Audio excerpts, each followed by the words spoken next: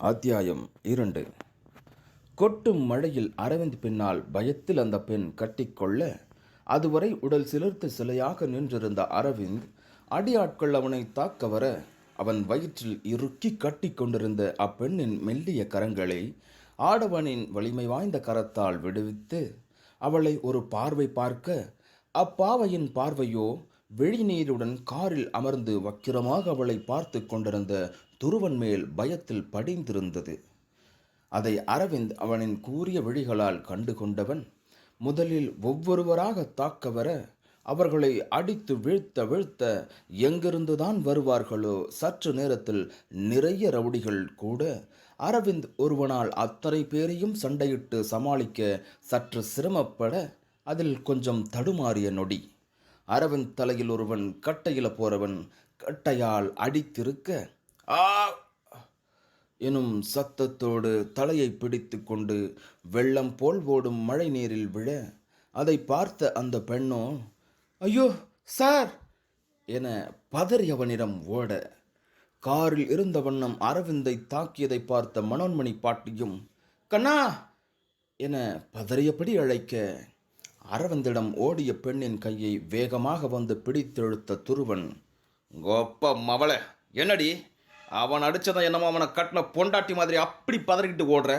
முன்ன பின்ன அவனோட போய் கூத்தடிச்சிருக்கியா? துருவன் மனசாட்சி இல்லாமல் கேட்க, அதை கேட்டு அவமானமாக உணர்ந்த அந்த பெண் தன் நிலையை நினைத்து அழுகையில் கரைந்தாலே தவிர வாய் திறந்து எதுவும் பேசவில்லை. அரவிந்த் தடுமாறிய சிறிது நேரத்திலேயே தன்னை சமாளித்து நடப்பதை பார்க்க, அந்த பெண் துருவனிடம் அகப்பட்டு விடுபட அழுகையுடன் போராடி கொண்டிருப்பதை பார்த்தவன் மனிதாபிமான அடிப்படையில் அவளை காக்க எண்ணி எழப்போனவனின் முதுகில் திரும்பவும் ஒருவன் கட்டையால் தாக்க, ஆ எனும் அலறலோடு கடினப்பட்டு வெறி கொண்டு கையை மழை நீரில் துழாவ ஒரு கட்டை தென்பட, அதை எடுத்து கொண்டே எழுந்த அரவிந்த் அவனை அடிக்க வந்த தடியர்களை பாரபட்சமின்றி அடி வெளுத்து வாங்கினான். என்னடி உன் குடுமி என் கையில் இருக்குன்னு தெரிஞ்சும் நீ இவ்வளோ தைரியமாக கோயிலிருந்து தாலி கட்டுற நேரம் பார்த்து ஓடி வந்திருப்ப.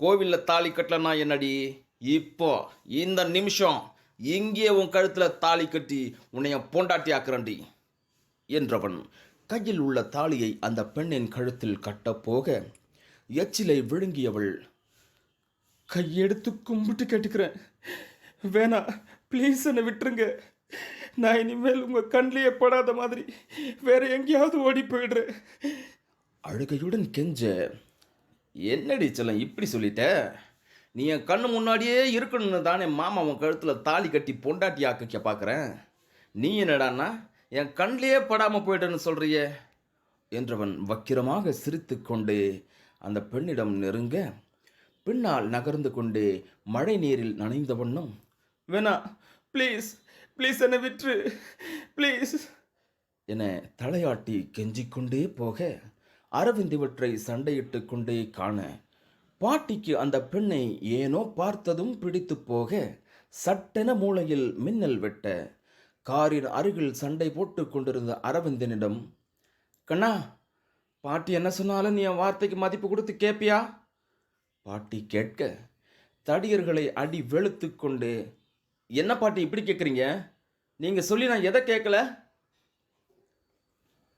அப்போ என் மேலே சத்தியம் பண்ணு பாட்டி சொல்ல, ஒரு முகத்தை பஞ்சராக்கிவிட்டு அதில் பாட்டியின் புறம் திரும்பியவன், என்ன பாட்டி சத்தியம் அது இதுன்னு பேசுகிறீங்க யோசனையாக கேட்க, நீ முதல்ல சத்தியம் பண்ணுப்பா பாட்டி கெஞ்சலாக கேட்க, அவன் புரியாமல் மனதில் ஏதோ ஒரு நெருடலுடன், ஆனா பாட்டி என இழுக்க, இப்போ நீ சத்தியம் பண்ணலேன்னு வச்சுக்கோ, நான் செத்தாலும் நீ என் முன்னாடி வரக்கூடாது பாட்டி கடுமையாக சொல்ல, பாட்டி என அதிர்ந்தவன், சரி சத்தியம் செய்கிறேன்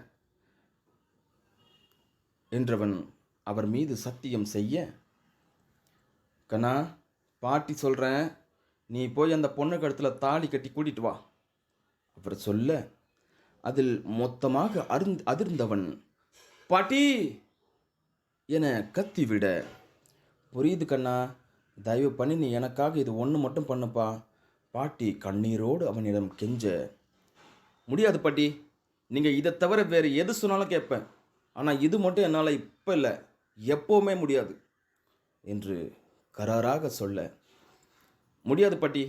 நீங்கள் இதை தவிர வேறு எது சொன்னாலும் கேட்பேன்.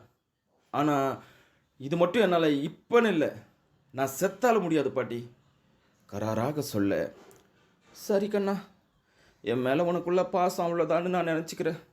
சாக போகிற வயசில் என் மேலே சத்தியம் பண்ணா என்ன, பண்ணாட்டி என்னன்னு நினச்சி தானே நீ சத்தியம் பண்ணியிருப்ப. சரி விடுப்பா.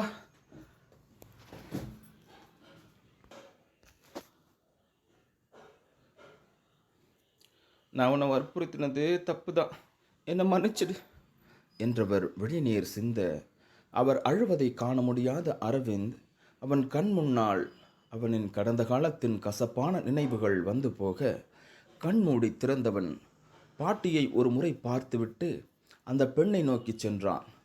ப்ளீஸ் என்னை விற்று, ப்ளீஸ் என பயந்து கொண்டே அவள் பின்னால் செல்ல, என்னடி சும்மா உன்னை விற்ற சொல்லி சொன்ன, உன்னை விட்டுருவேனா? உன்கிட்ட இருக்க இந்த அழகும் உடம்பும் எனக்கு கிடைக்க நான் என்ன வேணா செய்வேண்டி. என்னடி சும்மா உன்னை விட்டுருன்னு சொன்னால் விட்டுருவேனா? உன்கிட்ட இருக்கிற இந்த அழகும் உடம்பும் எனக்கு கிடைக்க நான் என்ன வேணா செய்வேண்டி என்ற துருவனின் கொச்சையான பேச்சுக்களை அரவிந்த் காதில் வாங்கிக் கொண்டே வந்தவன் துருவன் பின்னால் நின்று அவன் தோள் மேல் அழுத்தியவன் கரம் பதிக்க, அதில் எரிச்சலாக, எவன்டா அவன் என்று கொண்டே துருவன் பின்னால் திரும்ப, மழையில் நீர் அவன் கேசத்திலிருந்து சொட்டிட, கண்கள் சிவந்து ரௌத்திரமாக அரவிந்த் அவனை கொள்ளும் வெறியோடு பார்த்து, அவன் திரும்பிய நேரம் துருவன் முகத்தில் கைகளை மடக்கி தொடர்ந்து 4-5 குத்துவிட, வாயிலிருந்து ரத்தம் தெறிக்க, ஆ என அலறிக்கொண்டே வழியில் அவன் கையில் வைத்திருந்த தாலி கயிற்றை தவறவிட்டான். அதை சரியாக கீழே விழுமுன் அரவிந்த் அதை கெட்டியாக பிடித்தவன் துருவன் மிரண்ட விழிகளால் பார்த்து கொண்டிருந்தவளின் கழுத்தில் இடியின் சத்தம் மங்களவாத்தியமாக இசைக்க, சலசலக்கும் வானிலிருந்து இறங்கி வந்த மழை துளிகளின் அச்சதை தூவ, துருவனை மிரண்ட விழிகளால் பார்த்து கொண்டிருந்தவளின் கழுத்தில் இடியின் சத்தம் மங்களவாத்தியமாக இசைக்க, சலசலக்கும் வானிலிருந்து இறங்கி வந்த மழை துளிகள் அர்ச்சதை தூவ, மடமடவென மஞ்சள் கயிற்றால் 3 முடிச்சிட்டு இருந்தான் அரவிந்த் கண்ணா. எந்த ஒரு உணர்வுமின்றி அதே நேரம் அரவிந்த் முதுகில்